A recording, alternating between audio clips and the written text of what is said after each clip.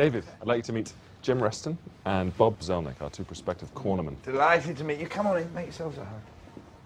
Bob's been Washington correspondent for Public Radio for the past 10 years, moving to ABC in the new year. The general feeling, David, is that I have been wasting my matinee idol looks on the radio.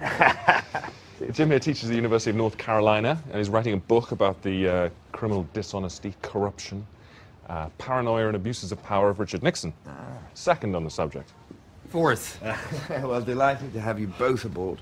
Actually, before I sign on, I would like to hear what you were hoping to achieve with this interview. What I want to achieve? Yeah. Jim, well, I've secured 12 taping days. That's close to 30 hours with the most compelling and controversial politician of our times. Isn't that enough? Not for me. Look, I'd be giving up a year of my life. I'm leaving my family to work on a subject matter that means more than you can probably imagine, and the idea of doing all that without achieving what I want to personally would be unthinkable to me. No, all right, no. Well, what is it that you want to achieve?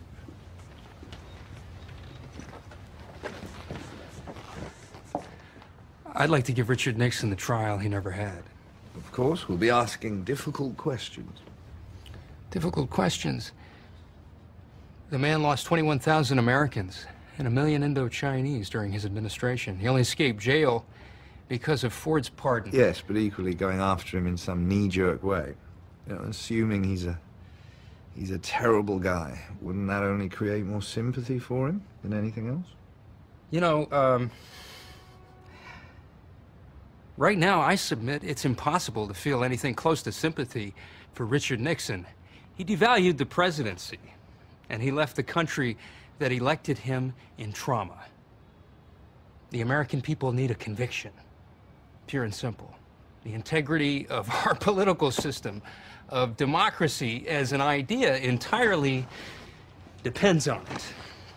And if in years to come people look back and say it was in this interview that Richard Nixon exonerated himself, that would be the worst crime of all.